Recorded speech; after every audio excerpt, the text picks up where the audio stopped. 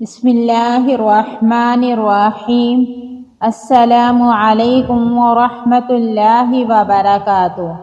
حضرت ابو ہریرہ رضی اللہ عنہ نبی اکرم صلی اللہ علیہ وآلہ وسلم کے حوالے سے اللہ تعالیٰ کا یہ فرمان نقل کرتے ہیں، مجھے اپنی عزت کی قسم ہے، میں اپنے کسی بندے پر دو طرح کا خوف اور دو طرح کا امن اکٹھا نہیں کروں گا۔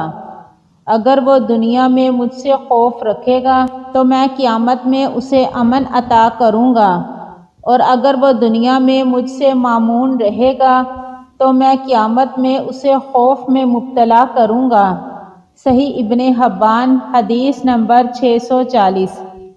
حضرت حذیفہ رضی اللہ عنہ نبی اکرم صلی اللہ علیہ وآلہ وسلم کا یہ فرمان نقل کرتے ہیں، ایک کفن چور کا انتقال ہو گیا۔ اس نے اپنے بیٹے سے کہا، تم مجھے جلا دینا، پھر مجھے پیس کر مجھے ہوا میں اڑا دینا۔ اس سے دریافت کیا گیا، تم نے ایسا کیوں کیا؟ تو اس نے عرض کی، اے میرے پروردگار، تیرے خوف کی وجہ سے۔ تو نبی اکرم صلی اللہ علیہ وآلہ وسلم فرماتے ہیں، تو اللہ تعالیٰ نے اس کی مغفرت کر دی۔ صحیح ابن حبان حدیث نمبر 651۔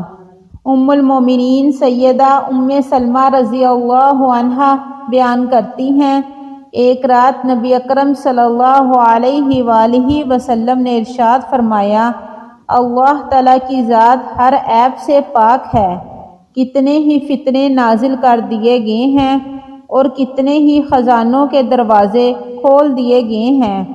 حجرے میں رہنے والی خواتین کو بیدار کر دو، کیونکہ دنیا میں بہت سی با پردہ عورتیں قیامت کے دن بے پردہ ہوں گی۔ صحیح ابن حبان حدیث نمبر 691۔